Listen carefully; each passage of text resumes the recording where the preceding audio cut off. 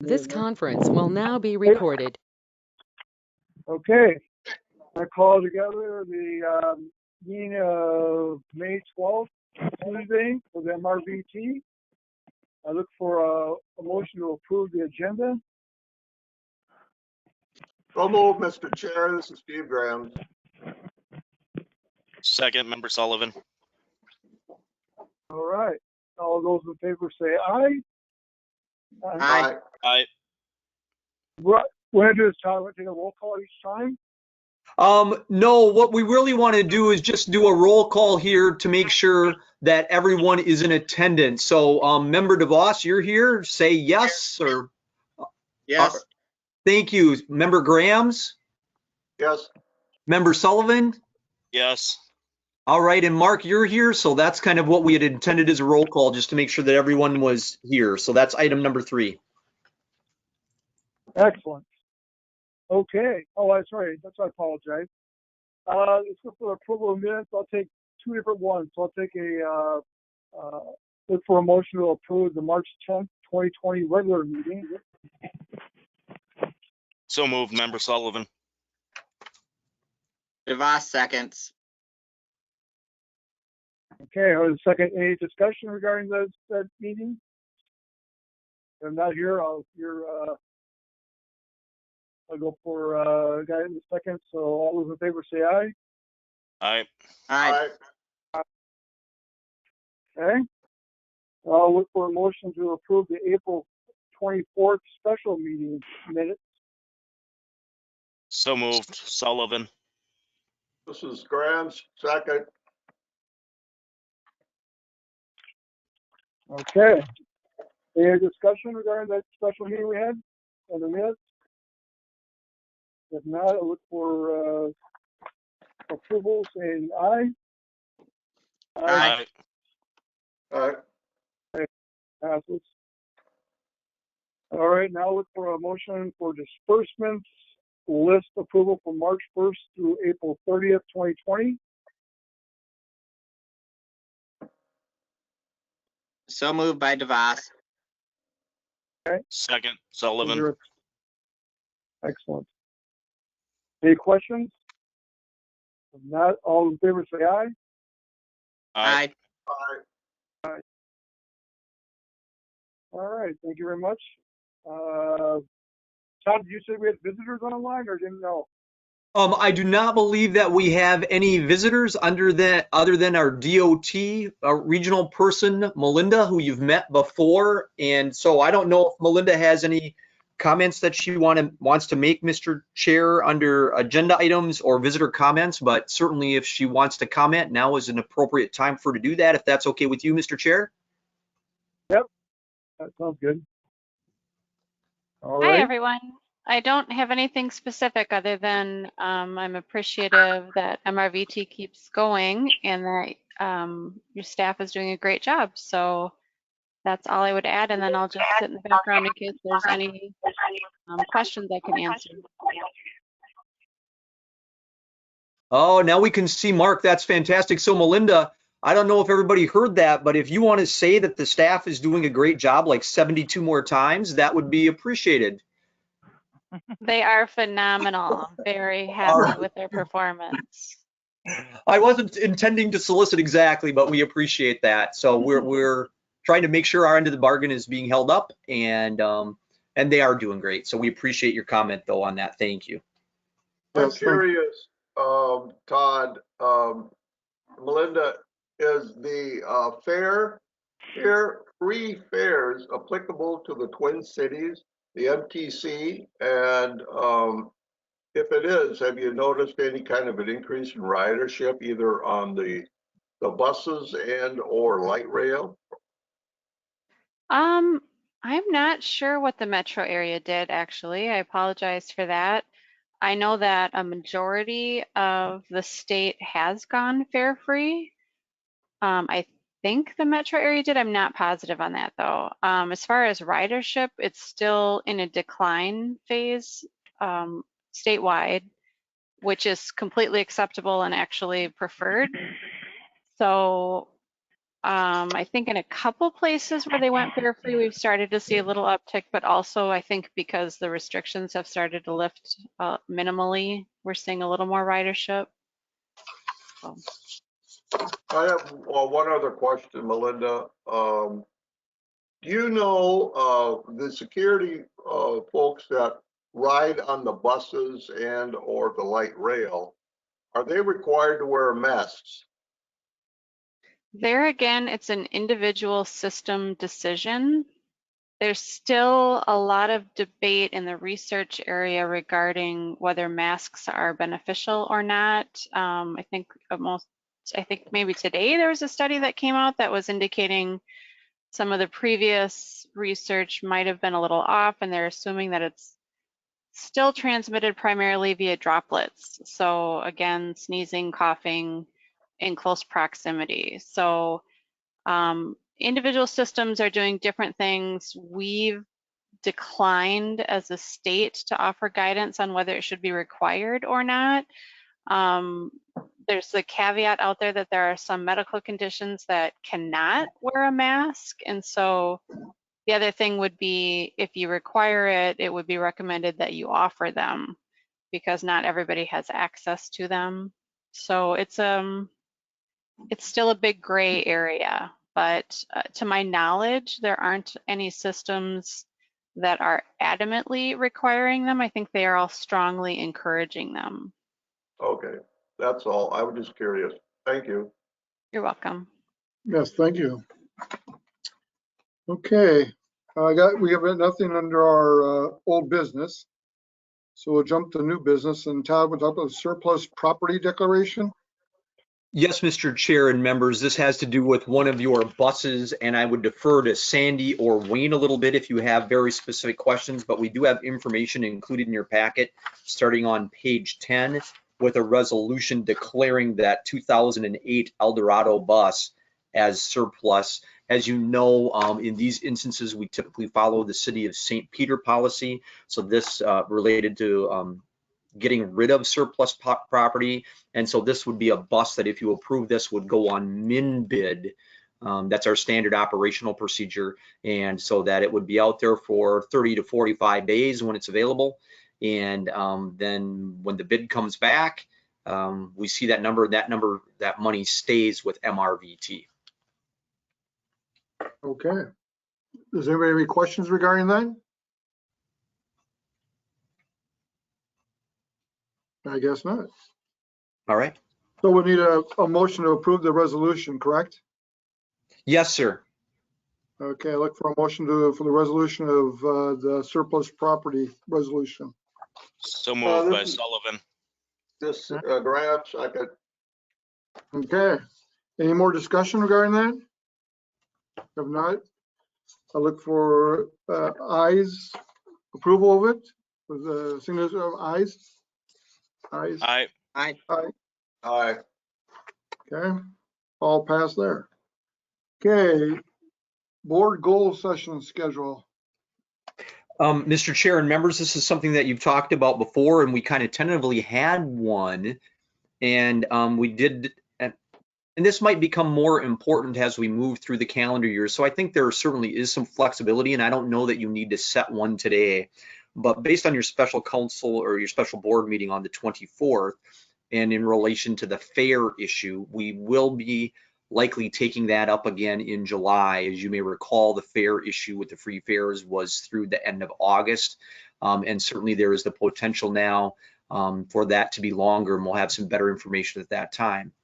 But again, as we talked about at that special meeting, there was a great discussion to be had surrounding what's our new fares look like, really driven by two primary goals. Beyond the business goals that we need to maintain, but those were uniformity between the two communities and then simplicity. And those are different things. But as you know, we used to have like 17 different fares in our communities, and a discount for this and a discount for that. And if you were born on a Tuesday, a discount for that, those kind of things that we had.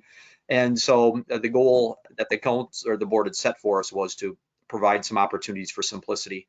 I think that's a discussion that probably needs more than just a board meeting. And it probably is a great opportunity as you are in a free, fair setting to have an adjustment made so that when fairs need to come back, that you jump into a new plan for fairs, whether it's the final or whether it's a transitional plan towards an end goal, I think still has yet to be determined, but that should certainly be part of the discussion.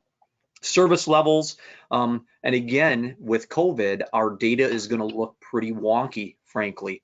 We had hoped for more what I would call usual or regular data, but with COVID, it's impacting our numbers, so it's hard to get great data about corridor and other things, and how do we modify service to meet people's needs. So I think there's a great discussion with that. Additional or optional services you've talked about in the past, and really a bigger discussion that provides for brainstorming opportunity about what does transit do for your communities? And is it meeting those goals? Transit is a method by which people move around. Transit is not for the sake of transit, it's for the sake of people to move them around. And so are we making those connections appropriately? And so again, my encouragement is that if you see a timeline that works great for that, whether it's July or September, maybe now is a great time to call that out, because I know we're kind of all in flux. My family usually takes a vacation in August. My guess is that ain't happening this year. You know, everybody's world is a little bit upside down.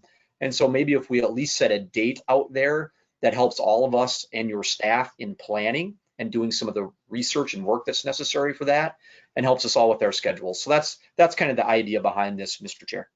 Okay. I'm open for discussion regarding this. I'm thinking maybe this fall in September would be best.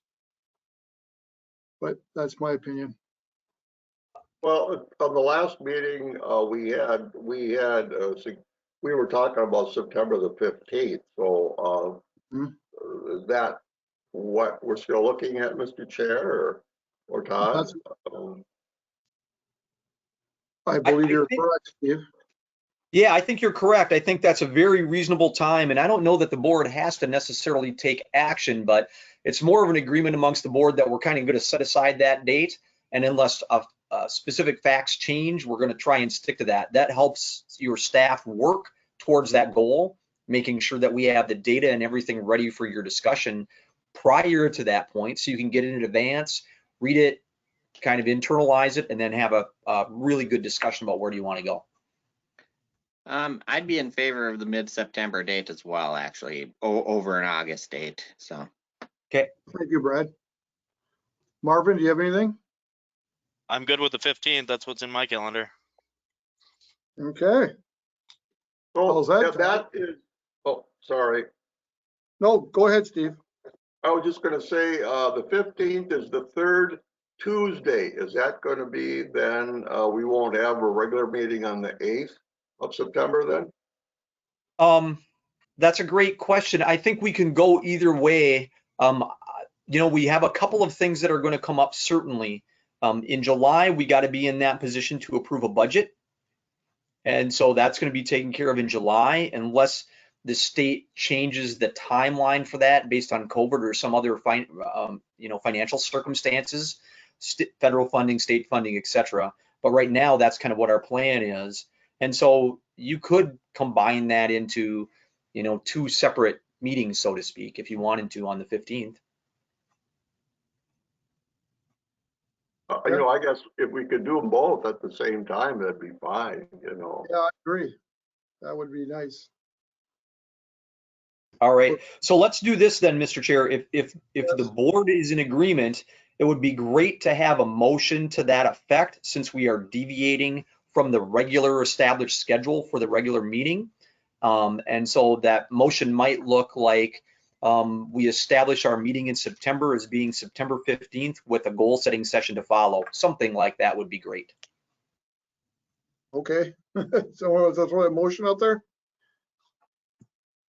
DeVos will move that motion. Thank you, Brad. Is there a second? Sullivan, second. All right. Any more discussion? Todd, what are your thoughts on the start time? Are we going to stick to the 2:30? I think if we're moving our regular meeting, I think that's a great time to do it if you folks all have opportunity. I don't think we're keeping you for like 10 hours. But I do think your regular meeting is probably a half an hour to 45 minutes like they've been under usual circumstances. And then that broader discussion, frankly, is probably a couple hour discussion. Is everybody fine with the 2:30 again? That works for me. Works for That's me. fine with me. That'll work. Okay.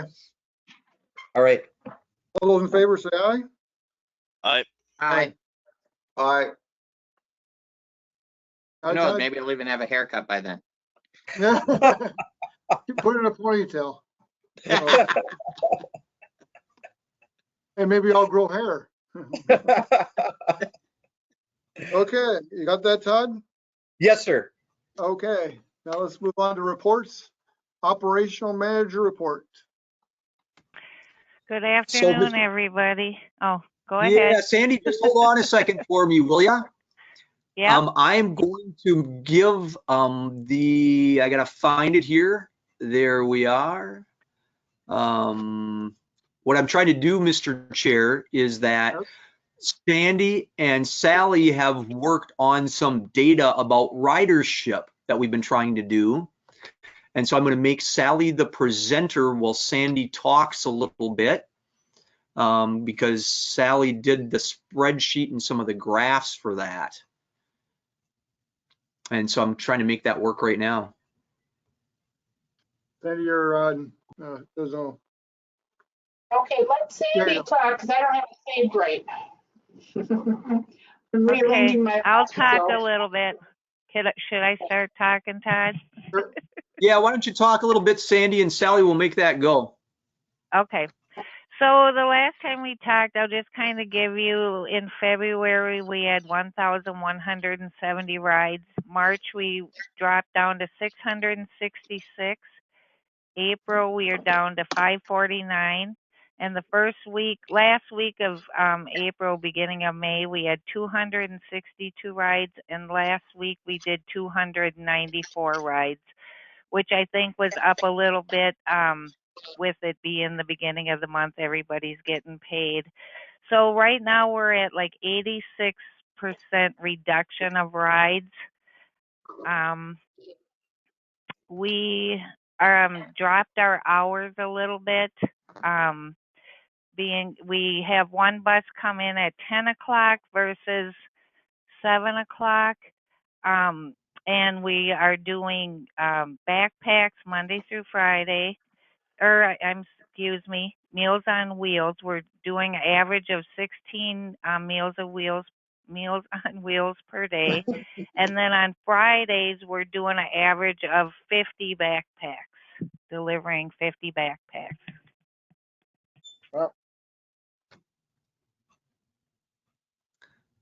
So that is fantastic. That certainly is. Sandy, go ahead, Todd. Sandy, have you heard anything back from either the St. Peter's School District or the Sueur School District relative to summer feeding program or summer food program? In St. Peter, it's called Read and Feed. Right. I reached out to them in an email and have not heard any response back. I bet both of the districts are kind of underwater just trying to get through the end of the year here yet. They probably haven't had a chance to think too much forward.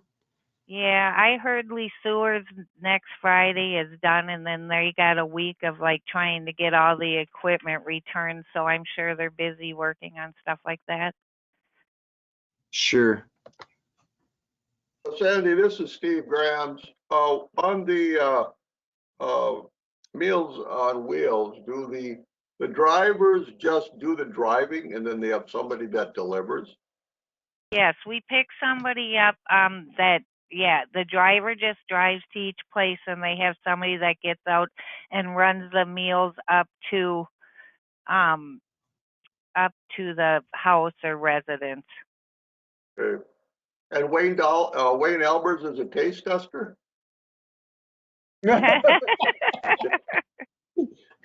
Not yet, but I have to admit I was the runner on the first day we did it, and I would have taken one home if there'd have been an extra one. Yeah, I've used that service before, and it's really good. I've appreciated it. It's a wonderful service. for our community. It really is, in all communities. So, thank you, Sandy.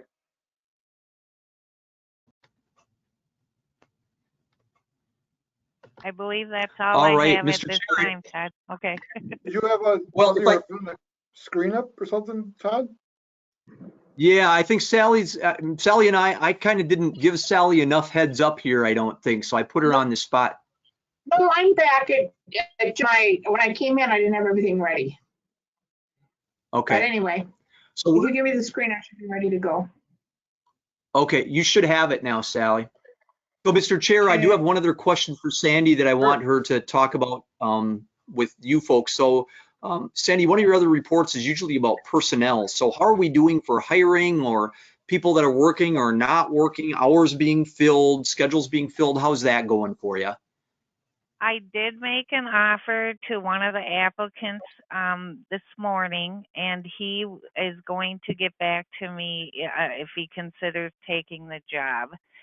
And as far as drivers, we have about 5 drivers that continue driving, and right at this time, we are making do with them filling all the hours.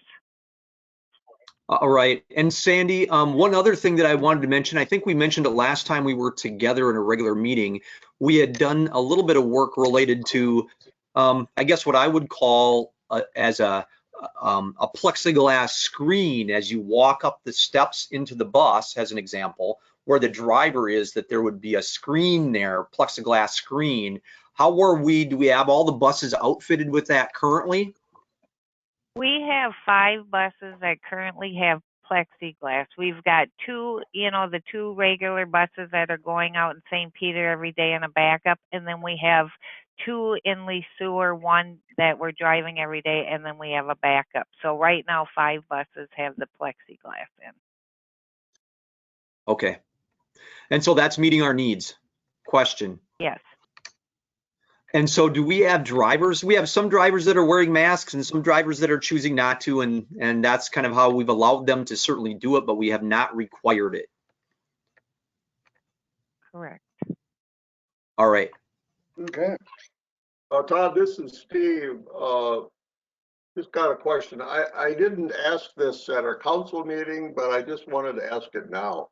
On the accounts payable list yesterday, there were a lot of refunds for MRTs or for MRVT. Were those the folks that had purchased tickets and then were requesting a refund, or was that what that was for? Mr. Chair, if you No. don't mind, I'll let Wayne answer that. He's Certainly. the person that kind of tracks some of that as he does some of the billing for those accounts. So Wayne, if you wouldn't mind answering that. No, I'd be happy to. All of the refunds that were processed were prepaid fares for preschool. Our preschool service, we require payment 2 months in advance, and frequently parents will just pay either half the year, or some parents will pay the entire 9 months up front. So once the schools were put on shutdown, the first being temporary, I emailed all of the parents and offered a refund at that point, but I also asked that if they didn't have a real need, once we determined whether it was a temporary closure or closure for the rest of the school year, it would help us in that we would be making one refund. So once the governor closed schools for the remainder of the year, we processed the refunds for those parents that were owed fares back. And we actually started, the refunds actually were from the middle of March for as long as the parents had paid. And the March-April cycle was the 2 months that had just been collected at the end of February, other than those that had paid in advance. So yeah, there were quite a few refunds processed. So on those fees, Wayne, you just calculate out the number of rides like twice a day and then multiply that by the number of days, or do you have just a rate that would all be all inclusive for each month? It's a flat fee per month that is charged, and we don't calculate the number of rides. Some months are higher, some are lower, but it's a flat fee based on the number of days, and then whether or not the child rides one direction or both directions. So it's based on the need and the number of rides they contract for, or request, I guess might be a better word. Okay. Oh, thanks. I just noticed all those, and I thought they were refunds for just the regular riders, but okay, now it makes sense. I understand now. Thanks, Wayne. Thanks, Todd. Mr. Chair, if I can, you'll see Sally's screen is up and available now that shows some of the data for rides. And so, Sandy, if you wouldn't mind going through that again, because at least for me, it helps to see it and for you to talk about it kind of at the same time and what we're seeing 2019 versus 2020. So would you mind going through that again? And then maybe Sally can contribute a little bit to this as well. Yep, Sandy, I have three graphs. One is the actual weekly ridership. I have the Gus Bus and then a total. So I've right now, if you can see my screen, it's got the rides on there. Yep. Yep. So, okay. So in the gray is 2019 for the rides, and the blue is 2020. And as you can see, for March, we went from 2019, 1295 down to 666. In April, we went from like 1,112 to 549. Like I said, we're given like 15% of rides what we normally do in the normal service. Gus Bus dropped down quite a bit, considering we usually give an average between 2,000 to 3,000 rides a month, and being April and May, we have 0 rides. So our Gus Bus went down, I believe, Wayne, was it 1,000 rides? I can't remember what it said on the last time. I believe it's like 1,200 rides. Well, we were giving anywhere from 500 to 600 rides a week for the weeks when we were operating. So how that worked out on averages, I'd have to go back to paper, but it's a significant number of rides. And if you look at, January and February, you guys were on a nice increase year over year. And then that's, once school closed, then, spring break and that, then it dropped off. So. Yes. I think it's also important to remember with Gus Bus that if we had a bar in there for the 2018 year, that bar would be somewhat higher than 2019, but lower than 2020 in that January, February timeframe. For whatever reason, 19 was down just a little bit from 18, as I recall. And so you've really bounced back and exceeded where you were in 18. So, and then we'll see what happens. Obviously, Gus Bus is not going to go again this year.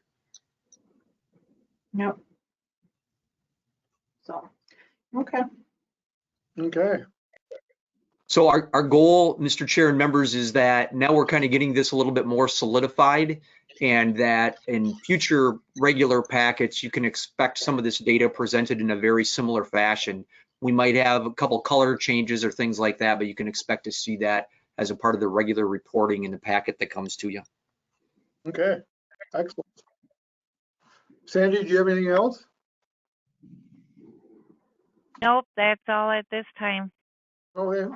Thank you, Sally. Thank you, Sandy. Compliance manager report. Good afternoon. The primary things, a couple of updates here on the Route Match software. We're at the stage where Route Match is working to put together and bring to use what they call RM Pay, which is the ability for passengers to have an account that they can pay into and then debit out of for their rides.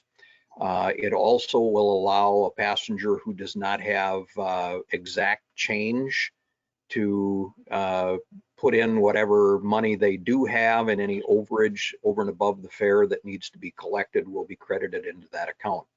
So that should come here in the next, I would think within the next month. Some of the, with the fact that we're not collecting fares right now, it will give us time to get things set up and functioning before we go back to charging fares.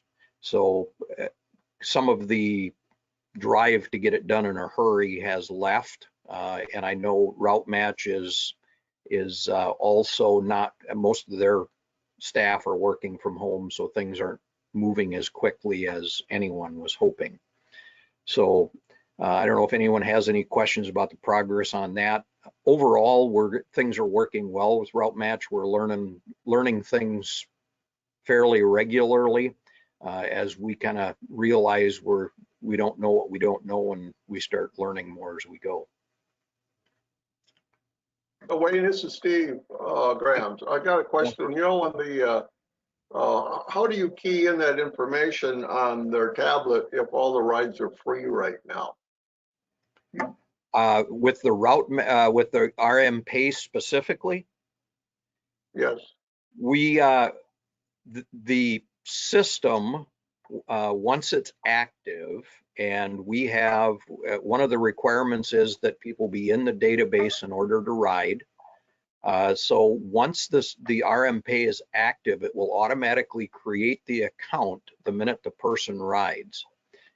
So since we don't have any fares right now, it would simply be a matter of the driver would just press no fare on the tablet, whether it's with RM Pay or prior to RM Pay rolling out the way we're doing it today, it would remain the same. If someone wanted to make a deposit, they could. I don't expect that will happen until we go back to charging, or shortly before we go back to charging for rides. So, and just, I asked Melinda this question yesterday via email, and the state is still trying to determine how long that CARES Act funding will survive, but it's looking like the end of the year will be within the realm of possibility, maybe even a little beyond that. So hopefully that answers your question, Steve. I don't know that we'll have much fare coming in, going out probably for several months. What kind of response are you getting from the riders that are using the bus right now in terms of being no fare? From what I've heard third hand from drivers, really we haven't picked up a lot more rides than they were giving before we made the change. It's the people who need to get out, get things done, get to work, go down to Family Fresh or the food co-op, places to get things that they need. It's pretty much on a need basis. I think many of them are surprised, but I don't think anybody has tried to force a fare on a driver because they feel obligated. So, you know, and in reality, you know, we are, whether we charge the fare or not, our expenses are covered. So I think, you know, passing it on to the passengers where it needs to go. If I can share a different perspective on that, Mr. Chair. Sure. I think one of the challenges that we see, I think in regular times, we would likely see a slight uptick in utilization. And it's not necessarily, frankly, that we would draw new riders, but that our current riders would use more often because of the free fare. So I think that's one perspective. The second perspective that I bring is, as we think about this whole situation that we're in with COVID, is algebra. Until a lot more things open up, there's just not places for people to go. And so when that opens up, we'll likely see an uptick. Again, not maybe so much in new riders, although there will be some. I think there'll be, Judy will ride 3 times a day instead of once now. And that kind of thing is likely to occur. And I think we'll also see some shorter trips that would not have been taken someone may walk from Family Dollar over to Family Fresh, where if it's a free ride, I won't walk it and wear out my shoes. Sandy, do you have any perspective? No, I just think there are people using it more, like you said, doing the trip, like Wayne said, doing the 3 rides versus 1. I think in time it'll slowly come back. Yeah. All right. Absolutely. Okay, thank you. What, Wayne, you gonna say something? I said yes, absolutely. As things open up and we try and figure out what the new normal is going to be, rides will pick back up, and we will probably end up having to get more bus hours out just to keep people moving. So, Okay. any other questions about the RM pay and fares, rides? Okay. I've been paying attention. The Federal Transit Administration has what they call RTAP, which is Rural Transit Assistance Program for training. Minnesota has their version called Minnesota RTAP. They are working at getting online training available for drivers. I've been watching the website looking for opportunities to try to get our drivers into online training during some of the times when we've got some of them that are not engaged at this point because of by choice. So been working on that. Some of the required training they've already had. I'll continue to watch that, continue to track what's coming out and what's available. The other thing that we've been working on is Federal Transit Administration has a grant opportunity that MnDOT is going to submit an application. There are several acronyms out there that kind of talk about it, and as is always the case, they need to be pronounceable. But to make a long story short, the FTA and MnDOT are hoping to work with services around to try to put together software that integrates the systems that are being used and make a seamless ability for a person to book a ride on one website that will take people from Uber to Transit to Jefferson Lines and back to another service, and hopefully down the road be able to do that with one fare payment. So the very early stages, we're supporting that. We've been asked to be one of the pilot systems along with Vine and Brown County, or True Transit and Brown County. We would be 3 of, I believe it was 6 or 7 systems in southeastern and south central Minnesota.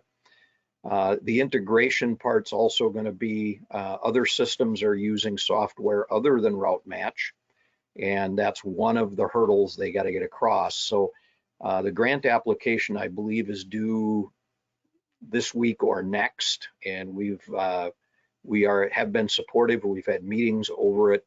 The hope is that if selected for this grant, it will allow MnDOT to put that software together and work with the different suppliers and systems to make that work. So it's very early, and as I said, it's a grant application, so there's a long process to find out whether or not they are selected. But I believe the fall is what the timeline is where they expect to have a decision out of Federal Transit. And it is a competitive process. So I was left with the impression that there may be numerous applications and only a small number of those will be selected. So Wayne, as an example, from a customer or a rider perspective, the goal of this integration would be, let's say I wanted to leave my home and get to a Twins game. I could call or go on a website to one place, and it would tell me, well, I can take MRVT from my house down to the food co-op, And then from the food co-op, I'm on the 169 Express that goes to the station in downtown Minneapolis. And then from there, I take the light rail to Target Field. Correct. It would help schedule that entire trip and allow that passenger to pay one fare through whatever means comes out of it. But one fare, they wouldn't have to be worried about paying a fare each time they got on a different system. And to take it one step further with the taxis, Uber, Lyft, so it's across numerous systems and types of transit. Oh,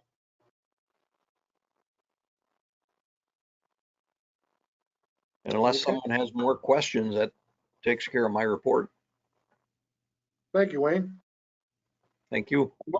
Let's go to Todd and his administration report. Mr. Chair and members, I'll kind of turn over the floor to Sally a little bit to just give a little bit of an update in relation to money and budget. She provides the expense list that's included in your packet, her and her team. And so, Sally, I don't know if you have any anomalies or unusual things to report that are going on in relation to budget or revenues or expenditures. Everything seems to be on track right now. We're still working in 2019, trying to finish up the audit. The audit should be done sometime in June. Right now, field work will finish up end of this week, and then we will get audit reports sometime in June, both for the city and for MRVT, because the same audit team's working on that.